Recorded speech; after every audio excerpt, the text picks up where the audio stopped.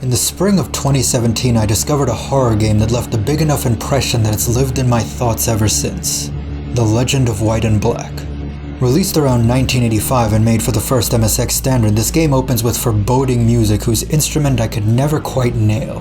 The tone keeps rising like you're staring down a dark tunnel feeling the vibration of an oncoming train. But it also sounds human, like religious humming in a grand hall, as you hear a distinctly human wail that's replayed in my head for many years.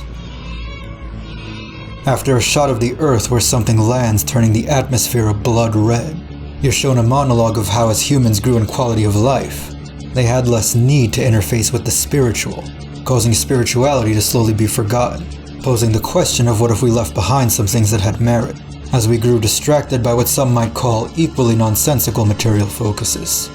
As human desires grew, they eventually grew to godhood, which was not taken well by gods who considered erasing humans.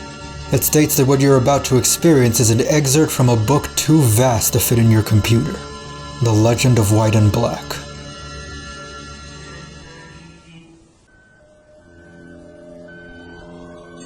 After a room at a hospital catches fire, you're here to investigate the aftermath.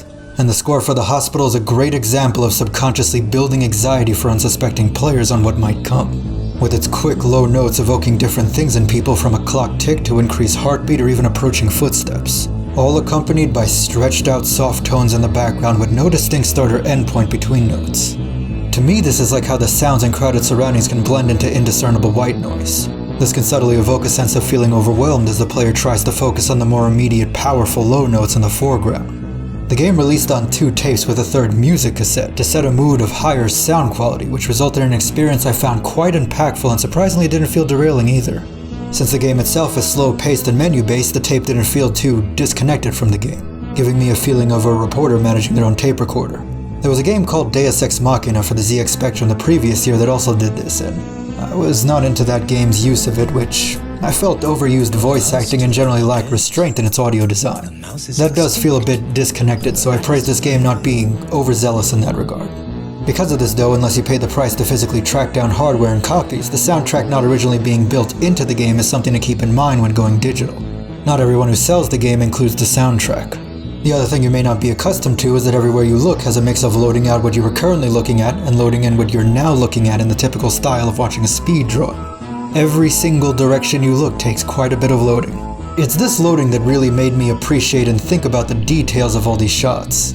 But since everywhere you look has quite the amount of long loading, you can see it getting annoying and why I'm going to be playing the footage in fast forward.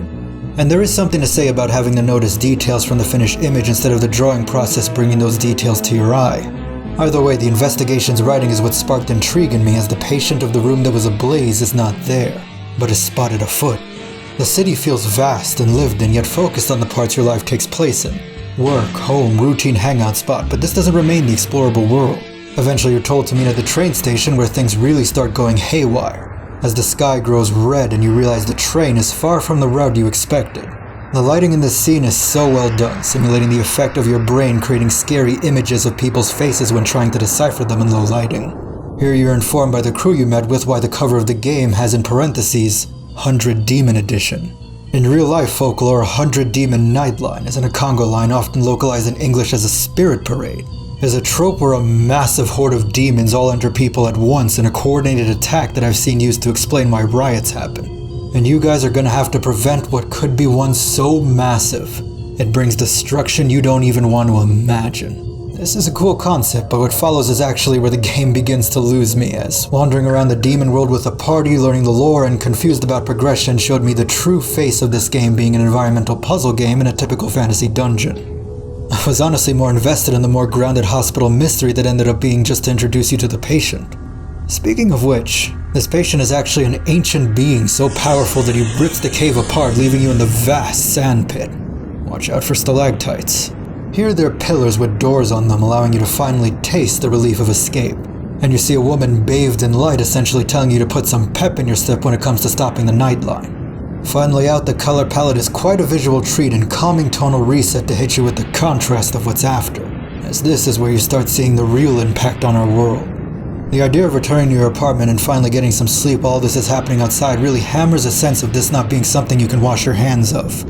Not before it's taken care of. So you have to make that one final demon-filled trek to perform the ritual at the temple to repel the night parade. I can see what was in this that spawned the sequels and following it has. While I'm not a fan of environmental puzzles, the visuals, audio, and story made me invested in a type of game whose gameplay fails to amuse me. This is also helped by the story feeling free of unnecessary filler in a game that's roughly an hour with 3 levels. A kind of short sweet game that would honestly be foolish to make in a world with Steam's refund policy. Now get ready because we're going back to Bermuda. The 1986 sequel opens with a detailed timeline of events from the perspective of multiple nations, which for me sets the tone this game is not just being about globetrotting, but a somewhat omnipresent element to it as you travel back and forth through time around the globe. Starting with Bermuda, which serves as a calm but unnerving introduction to get your bearings. With everyone disappearing in the area, you're no exception as you find yourself in Atlantis, but perhaps for a reason, as this game's around the same size as the previous one, but is about you trying to interface with the chamber via using your power to animus back and forth between Atlantis, the 1429 Siege of Orleans, and the 1615 Siege of Osaka. Despite you primarily focusing on a new area when finishing it, you end up having to jump back and forth to finish them all, which makes the game feel like one massive puzzle dungeon, which is how the game is advertised. And to me does make a satisfying grand finale of everything you've done finally all falling into place at once in a game that, instead of feeling like 3 different levels, feels like one interconnected world because of that. I saw a review marking this game down for being too short with too much loading, which is very easy to see, but I would give it a 3 out of 5 for different reasons. While the first game's visuals and music had me interested in gameplay that was not for me, the sequel's main offerings is progressing that gameplay while being not nearly as visually appealing to me. Though on paper these settings are interesting and I find mucking around historical events amusing, I just don't think they're as well executed in art direction outside of the cool overhead shot when indoors in Osaka. The soundtrack on the other hand is as top-notch if not even better than the first game's overall soundtrack, and interestingly has its environmental ambience feeling more in the foreground to me. The ambience in the third game's soundtrack might hit you even harder. By 1990X, the Earth has been ravaged. The governments have failed, the food is scarce, and the temperature is more than halfway to boiling point during the day, before almost that many degrees below freezing point by night. You might be humanity's last hope as you're going to attempt to journey to the temple in desperation of being able to do anything. This is the Legend of White and Black Asuka. The first time I went through the second game, I was worried that nothing in this series would live up to the awe of the first game's introduction. But I honestly think this game does it from its visuals to writing to music. This one delves far further into the dire situation you only got a taste of at the end of the first game. Things have been pushed to such a tipping point and yet do so with such a style that make it feel like quite a fun horror adventure, as you this time get to go back millions of years ago, getting to know people, traveling to a variety of locations, and facing twists and turns of a world that is essentially what you were trying to avoid ever happening in the first game. And by the way, the loading? Real fast. The Legend of White and Black Asuka is true to closing the trilogy with a new adventure evocative of all that made the horror and intrigue of the trilogy, while stressing a beauty to the humanity that's worth saving from deletion. But you can't have a good closed trilogy without trying to revive it. Now focusing on the PC 8800 series, you'd think The Legend of White and Black Destruction Volume 1 is what I wanted from the first game.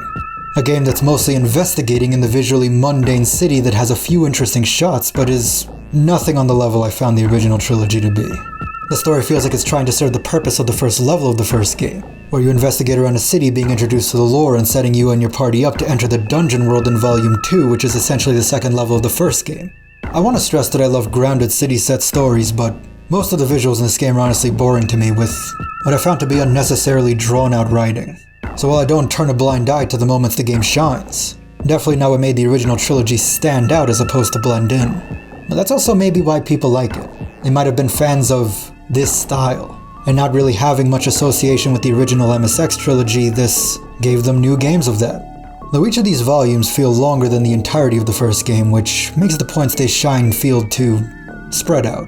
Volume 2 kinda surprised me because while it has the shortcomings I felt about the first volume, it oddly felt refreshing to be in such an abstract location. I do like your party, and being in this wacky location with them is what I felt the first game should have played more into with you guys talking to each other.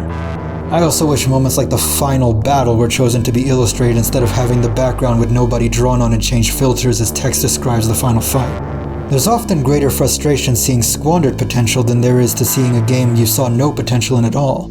I know when it comes to video games, sometimes I'd rather have nothing than something disappointing. Don't want to get your hopes up.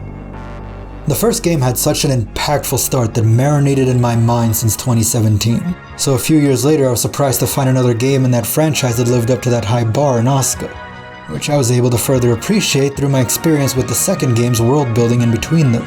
There was a great bookend to the original trilogy, making good use of the elements of the first two games. An interesting franchise that I'm glad I had the pleasure of experiencing in my life despite generally disliking the actual gameplay. I'm Otaro.